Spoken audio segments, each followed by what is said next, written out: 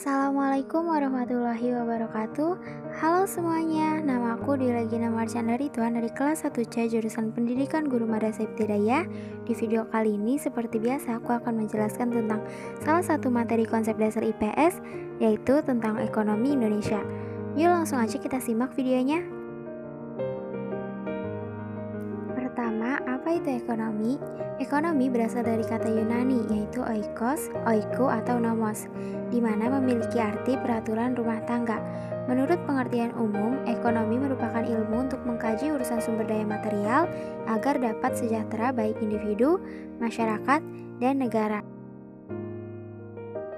Sistem ekonomi Indonesia. Sistem perekonomian Indonesia adalah sistem yang digunakan oleh suatu negara untuk mengalokasikan sumber daya yang dimilikinya, baik kepada individu maupun organisasi di negara tersebut. Yang pertama ada produksi. Produksi adalah kegiatan manusia untuk menghasilkan barang dan jasa yang kemudian dimanfaatkan oleh konsumen. Secara teknis, produksi adalah proses mentransportasi input menjadi output. Tetapi, definisi produksi dalam pandangan ilmu ekonomi jauh lebih luas. Tujuan produksi. Tujuan kegiatan produksi adalah meningkatkan kemaslahatan yang bisa diwujudkan dalam berbagai bentuk, diantaranya pemenuhan kebutuhan manusia pada tingkat moderat, menemukan kebutuhan masyarakat dan pemenuhannya, serta menyiapkan persediaan barang dan jasa di masa depan. Adapun faktor dari produksi. Macam faktor produksi secara teori terbagi menjadi 4, yaitu sumber daya alam, tenaga kerja, modal, dan organisasi atau manajemen. Selanjutnya ada konsumsi. Teori konsumsi menurut Pusat Pengkajian dan Pengembangan Ekonomi Islam adalah pemenuhan kebutuhan barang dan jasa yang memberikan maslahah atau kebaikan dunia dan akhirat bagi konsumen itu sendiri. Secara umum, pemenuhan kebutuhan akan memberikan tambahan manfaat fisik, spiritual, intelektual, ataupun material. Sedangkan pemenuhan keinginan akan menambah kepuasan atau manfaat psikis di samping manfaat lainnya.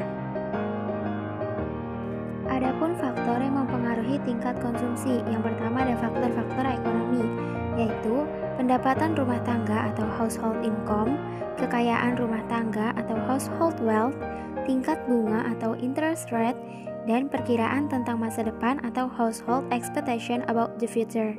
Nah, ada juga faktor-faktor non-ekonomi. Yang paling berpengaruh terhadap besarnya konsumsi daerah adalah faktor sosial budaya masyarakat.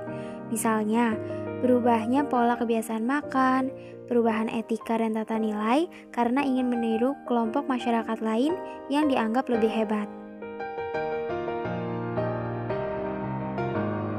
Nah, selanjutnya ada ekonomi mikro.